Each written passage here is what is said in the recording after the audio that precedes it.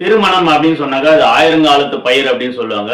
இந்த ஆயிரங்காலத்து பயிர் அப்படின்னு சொல்லக்கூடிய திருமணத்துக்கு 10 பொருத்தம் மட்டும் பார்த்தால் போதுமா?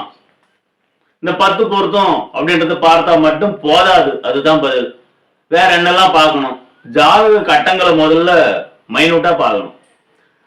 ஜாதக கட்டங்கள்ல நாகதோஷம் இருக்குதா, செவ்வாய் தோஷம் இருக்குதா, கலத்திர தோஷம் இருக்குதா அப்படின்றது ஜென்ரலா எல்லாருமே பார்ப்போம். இது பார்த்துதான் ஆகணும்.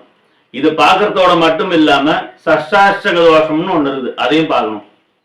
புலப்பு தோஷம்னு ஒண்ணு இருக்கு, அதையும் பார்க்கணும். இது தவிர்த்து மக்களுக்கு தேவையான ஃபியூச்சர் தாலி கட்டுறதோட பொருத்தம் பார்க்கறது முடிஞ்சிடாது. எதிர்காலத்துல ராசி கட்டங்களை பார்க்கும்போது குழந்தை பாக்கியம் நல்லா இருக்குதா, ஆயுள் நல்லா இருக்குதா, பொருளாதார வாய்ப்புகள் நல்லா இருக்குதா, இதெல்லாமும் சேர்த்து பார்க்கணும். அப்ப 10 பொருத்தம் பார்க்கறதோட சேர்த்து இது மாதிரியான ஜாதக கட்டங்களை வச்சு ஜாதக பொருத்தம் பார்க்கறது நல்லது. நட்சத்திர பொருத்தம் என்பது வேறு, ஜாதக பொருத்தம் என்பது வேறு. ரெண்டுத்தையும் சேர்த்து அனலைஸ் பண்ணாதான் ஒரு முழுமையான திருமண பொருத்தம் பார்த்த திருப்தி கிடைக்கும். உங்களுக்கு இது மாதிரிலாம் பொருத்தம் பார்க்கணும்னா என்னுடைய வாட்ஸ்அப் நம்பருக்கு ஜாதகங்களை அனுப்புங்கள்.